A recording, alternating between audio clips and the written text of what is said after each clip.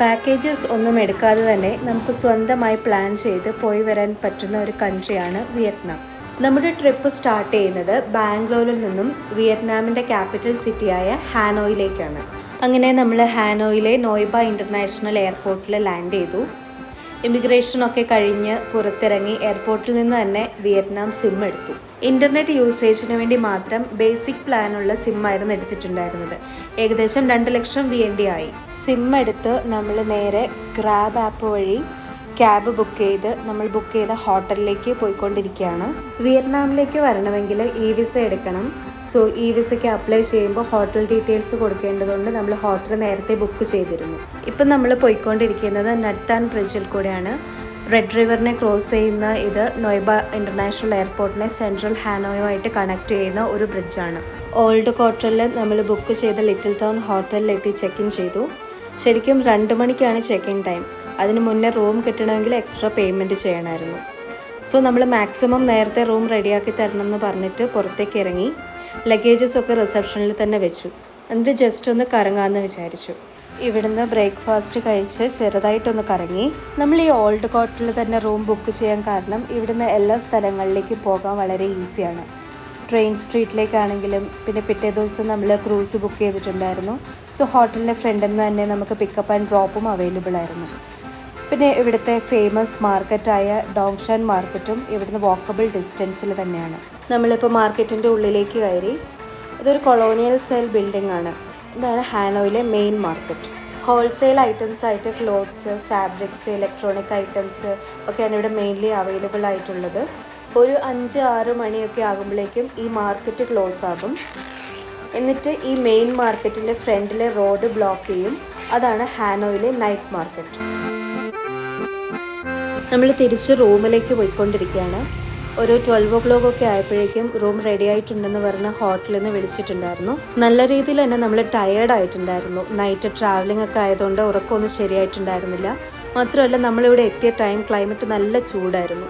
So റൂമിൽ പോയി ഫ്രഷ്നപ്പായി ഒന്ന് റെസ്റ്റ് എടുത്തു. എന്നിട്ട് ഈവനിങ് ആയപ്പോൾ നമ്മൾ വീണ്ടും പുറത്തേക്ക് ഇറങ്ങി.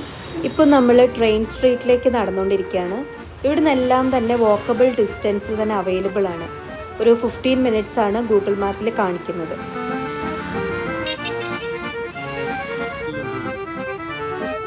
അങ്ങനെ നടന്നു പോകുന്ന വഴിക്ക് ഇതാണ് ഹാനോയിലെ റെയിൽവേ സ്റ്റേഷൻ. ആക്ച്വലി നമ്മൾ ഹാനോയിൽ നിന്ന് ഡനാങ്ങിലേക്ക് ട്രെയിനിന് പോകാനാണ് പ്ലാൻ ചെയ്തിരുന്നത്. ബട്ട് ലാസ്റ്റ് മിനിറ്റിൽ സ്ലീപ്പർ ടിക്കറ്റ്സ് ഒന്നും അവൈലബിൾ ആയിരുന്നില്ല. ഒരു 16 to 17 hours ട്രാവലൊക്കെ ഉണ്ട്. സോ അതുകൊണ്ട് നമ്മൾ ഡൊമസ്റ്റിക് ഫ്ലൈറ്റ് ബുക്ക് ചെയ്യുകയാണ് ചെയ്തത്. അങ്ങനെ നമ്മൾ ഹാനോയിലെ ട്രെയിൻ സ്ട്രീറ്റിലേക്ക് എത്തി. ഇവിടെ ഫ്രണ്ടിൽ തന്നെ കഫേ ഓണേഴ്സൊക്കെ നിൽക്കുന്നുണ്ടാവും. ഫോറിനേഴ്സിനൊക്കെ അവർ നന്നായിട്ട് വെൽക്കം ചെയ്യുന്നുണ്ട്. സോ ഈ ലേഡി നമ്മളെ അവരുടെ കഫേയിലേക്ക് കൂട്ടിക്കൊണ്ടു പോവുകയാണ്. അവിടെ ചെന്ന് ചെയറൊക്കെ അറേഞ്ച് ചെയ്ത് തന്നൊക്കെ നമുക്ക് സെറ്റാക്കി തരുന്നുണ്ട്. ഇവിടെ ട്രെയിൻ പാസ് ചെയ്യുന്ന സമയം നമ്മൾ ഇൻ്റർനെറ്റിൽ നോക്കിയിട്ടാണ് അവിടേക്ക് പോയിട്ടുണ്ടായിരുന്നത്. അത് ഏകദേശം കറക്റ്റ് ടൈമിൽ തന്നെ ട്രെയിൻ വന്നിട്ടുണ്ടായിരുന്നു. ഇവിടുന്ന് നോക്കിയാൽ തന്നെ ട്രെയിനിൻ്റെ ലൈറ്റ് നമുക്ക് ദൂരെ നിന്ന് കാണാൻ സാധിക്കുന്നുണ്ട്. അത് ആക്ച്വലി ട്രെയിൻ സ്റ്റേഷനിൽ നിർത്തിയിട്ടിരിക്കുന്നതാണ് പുറപ്പെടാൻ തയ്യാറായിട്ട്. നമ്മളൊരു ഓറഞ്ച് ജ്യൂസും പിന്നെ ഇവിടുത്തെ ഫേമസ് ഐറ്റമായ എഗ് കോഫിയാണ് ഓർഡർ ചെയ്തിട്ടുണ്ടായിരുന്നത്. എഗ് കോഫി വലിയ കുഴപ്പമില്ല. നമ്മുടെ എഗ്ഗ് ബീറ്റ് ചെയ്ത് ക്രീമാക്കി അതിൻ്റെ മേലെ കോഫി മിക്സ് ചെയ്തിട്ടുള്ളൊരു ഐറ്റമാണ്.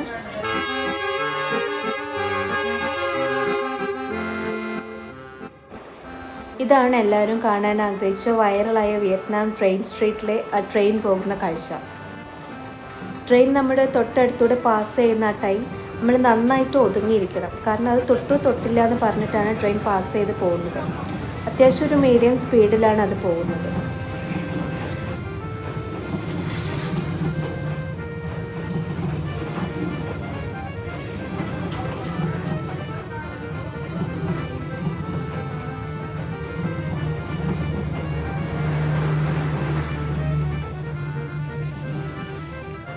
ട്രെയിൻ കടന്നു പോയതിന് ശേഷം ഈ സ്ട്രീറ്റ് പെട്ടെന്ന് തന്നെ പഴയതുപോലെ തന്നെ ലൈവായിട്ട് മാറും.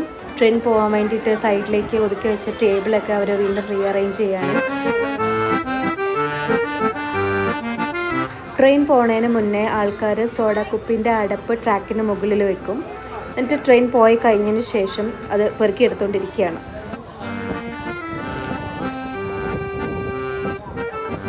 കോയിൻസ് തെറിച്ച് അങ്ങോട്ടും ഇങ്ങോട്ടൊക്കെ പോയിട്ടുണ്ടായിരുന്നു.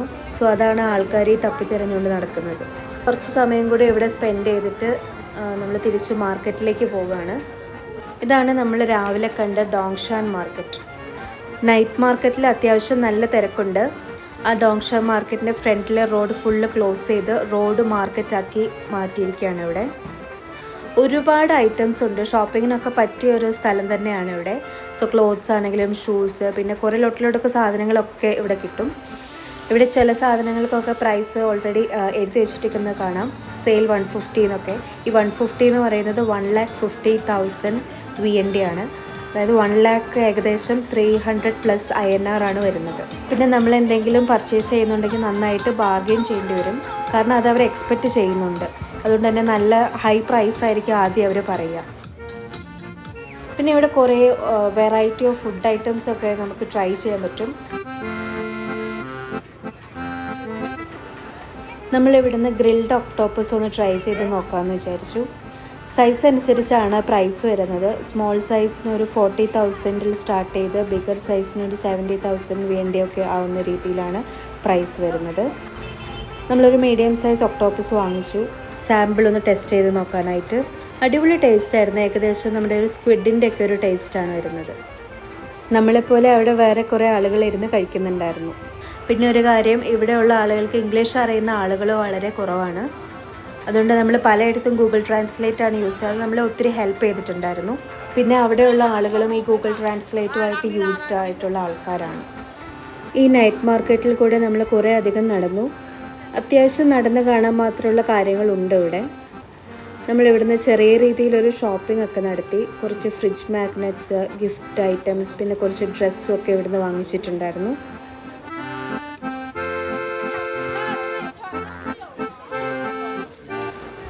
ഇപ്പോൾ ഏകദേശം രാത്രി ഒരു 10-11 മണി ടൈം ആയിട്ടുണ്ട്. മാർക്കറ്റിലെ ഷോപ്സൊക്കെ മെല്ലെ മെല്ലെ ക്ലോസ് ചെയ്തുകൊണ്ടിരിക്കുകയാണ്.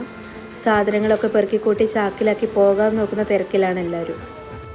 ഇവിടെ ശ്രദ്ധിച്ച ഒരു കാര്യം, ഭൂരിഭാഗവും ലേഡീസാണ് ഷോപ്പിലൊക്കെ വർക്ക് ചെയ്യുന്നത്. പിന്നെ ഞാൻ വീഡിയോൻ്റെ തുടക്കത്തിൽ പറഞ്ഞ പോലെ നമ്മൾ പാക്കേജസ് ഒന്നും എടുക്കാതെ തന്നെയാണ് വിയറ്റ്നാം ട്രിപ്പ് പ്ലാൻ ചെയ്തത്. 1 വീക്കാണ് നമ്മൾ വിയറ്റ്നാമിൽ സ്പെൻഡ് ചെയ്തിട്ടുണ്ടായിരുന്നത്. ഹാനോയിൽ തുടങ്ങി ഡനാങ് കവർ ചെയ്ത് പിന്നെ ഹോച്ചിമിൻ സിറ്റിയിൽ നിന്ന് റിട്ടേൺ. അങ്ങനെയായിരുന്നു നമ്മുടെ പ്ലാനിങ്. നമ്മൾ 2 ആൾക്ക് കൂടി ബഡ്ജറ്റ് ഏകദേശം ഒരു 1.3 lakh ആണ് ആയിട്ടുണ്ടായിരുന്നത്, including up and down tickets. പിന്നെ കറൻസി എക്സ്ചേഞ്ച് നമ്മൾ ബാംഗ്ലൂരിൽ നിന്ന് തന്നെ തോമസ് കുക്ക് ഫോറക്സ് വഴിയാണ് ചെയ്തിട്ടുണ്ടായിരുന്നത്. ഡയറക്റ്റ്ലി ഇന്ത്യൻ റുപ്പി ലിക്വിഡ് ക്യാഷായിട്ട് VNDയിലേക്ക് കൺവേർട്ട് ചെയ്തു. അത് ഏകദേശം 25,000 റുപ്പി എക്സ്ചേഞ്ച് ചെയ്തപ്പോൾ ഒരു 60 lakh VND ഡോങ് ആണ് നമുക്ക് കയ്യിൽ കിട്ടിയിട്ടുണ്ടായിരുന്നത്. ഇവിടുത്തെ കറൻസി 5 lakhs, 2 lakh, 1 lakhൻ്റെ ഒക്കെ ബാങ്ക് നോട്ട് അവൈലബിൾ ആണ്. ഇവിടെ കുറേ വിയറ്റ്നാമി ഐറ്റംസ് ഒക്കെ കാണാം. വിയറ്റ്നാമിൻ്റെ ഫ്ലാഗ്, വിയറ്റ്നാമിൻ്റെ ടീഷർട്ട്, ക്യാപ്പൊക്കെ ഇവിടെ ഹോട്ടലിൻ്റെ അടുത്ത് അവർ വിൽക്കുന്നുണ്ട്. അങ്ങനെ നമ്മൾ തിരിച്ച് ഹോട്ടലിലേക്ക് തിരിച്ചെത്തി. ഇനി പുതിയ വിയറ്റ്നാം വിശേഷങ്ങളുമായി വീണ്ടും കാണാം. Bye bye.